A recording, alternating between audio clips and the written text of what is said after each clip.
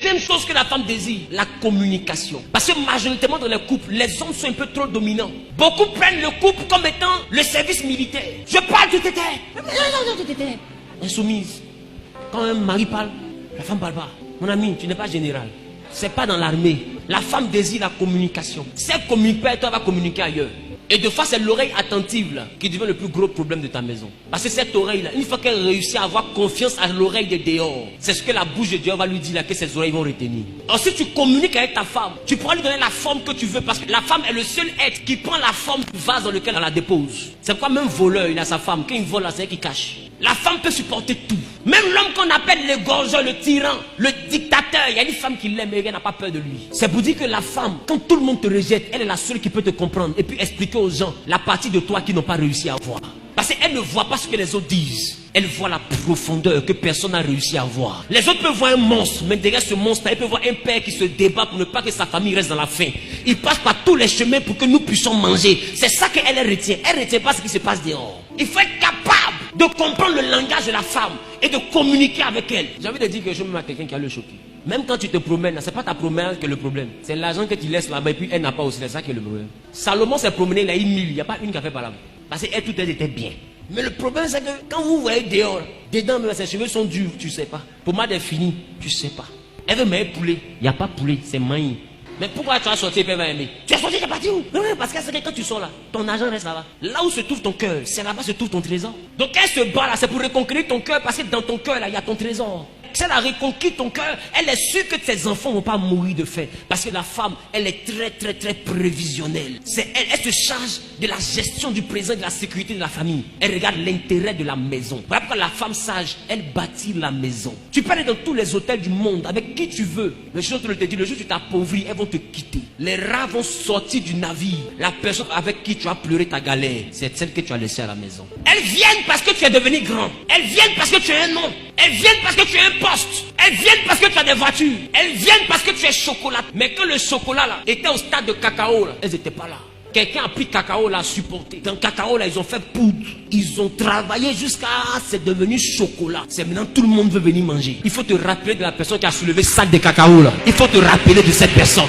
Voilà pourquoi la Bible dit, ne méprisez pas la femme de votre jeunesse. Le chocolat que les maîtresses veulent manger là, sac de cacao là, il y a une femme qui a soulevé. Parce que c'est cacao là, c'est ça qui devient chocolat. Et beaucoup de personnes s'attirent des malédictions. Quand tu étais chômeur, tu étais avec elle. Mais quand tu es devenu travailleur boss, tu trouves qu'elle n'a plus le niveau. C'est là que tu vois qu'elle ne comprend pas français. C'est là que tu vois qu'elle est trop grosse. Tu es un peu trop grosse, tu me fais honte. Aïe. Mais c'est sur grosseur ça là, tu as fait sport durant toute ta galère. C'est sur la même forme là que tu as fait tout ton sport durant le temps de la galère. Jusqu'à les voisins pensaient qu'on se battait. Même les voisins sont venus taper la porte. Voisin, arrête de frapper ta femme. Et non, il ne me frappe pas, on s'amuse.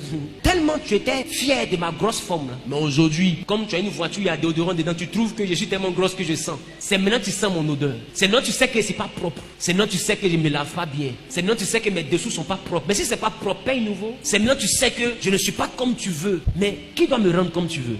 C'est toi. Parce que tu es créé à l'image de Dieu, mais moi je suis créé à ton image. C'est pourquoi pour former l'homme, Dieu a regardé sur lui. Mais pour former la femme, il a regardé sur l'homme. Et c'est pour ne pas que le modèle qu'il regardait pour dessiner la femme puisse bouger, qu'il a endormi pour mieux dessiner en bien regardant. C'est sur lui il a regardé pour la faire. Il faut être capable de donner du bonheur à ta femme. Et la communication te permettra de savoir ce qu'elle veut réellement. Parce que des fois tu lui donnes ce que tu veux, mais tu lui donnes pas ce dont elle a besoin. Des fois tu lui donnes de l'argent, elle n'a pas besoin d'argent, elle a besoin de ton cœur. Des fois tu lui donnes des robes, elle n'a pas besoin de tes robes. Elle a besoin que tu sois aussi à côté d'elle. Tu es toujours dehors, elle ne te voit jamais. Pas l'argent elle a marié, c'est pas télévision elle a marié, c'est pas voiture elle a marié, c'est toi elle a marié. Il faut communiquer pour que tu comprennes le réel mal de ta maison. Troisième point que la femme désire, la sécurité. Il faut qu'elle sente qu'avec toi elle est en sécurité. Ça veut dire que tu ne vas pas la laisser du jour au lendemain. Il faut qu'elle soit rassurée. Quelle femme ici peut être heureuse auprès d'un homme qu'elle sait que lundi ils sont en train de sourire, mais mercredi il peut mettre ses barrages dehors. Elle est toujours sur le point de partir. Elle n'est pas en sécurité. Le mari ne fait pas d'elle sa priorité. Elle doit sentir auprès de toi la sécurité paternelle. Parce qu'en réalité, la femme n'a pas de nom. Elle emprunte le nom de son père pour exister. Voilà pourquoi quand elle a un époux, elle change de nom. Parce que le nom qu'elle avait ne lui appartenait pas. S'il y a un garçon, il est le propriétaire de ce nom. C'est pourquoi dans les descendants d'un homme, tu vas jamais voir les femmes et les hommes qu'on met. Parce que la femme appartient à la famille de son mari. Elle n'a pas de nom. Donc toi qui lui donnes un nom, en réalité, tu es son premier papa. Et la femme est ton premier enfant. C'est pourquoi, bibliquement parlant, on se marie avant d'avoir un enfant. Mais quand tu te maries là, c'est pour donner ton nom à ta femme. C'est que la première personne que tu mets au monde, c'est ta femme. Et ta femme met au monde tes autres enfants. Qui me comprend? C'est la raison pour laquelle, avant que Caïn et Abel ne viennent au monde, Dieu a permis que Adam puisse accoucher Ève. Et c'est pour montrer que c'était l'accouchement par césarienne. C'est pourquoi Dieu a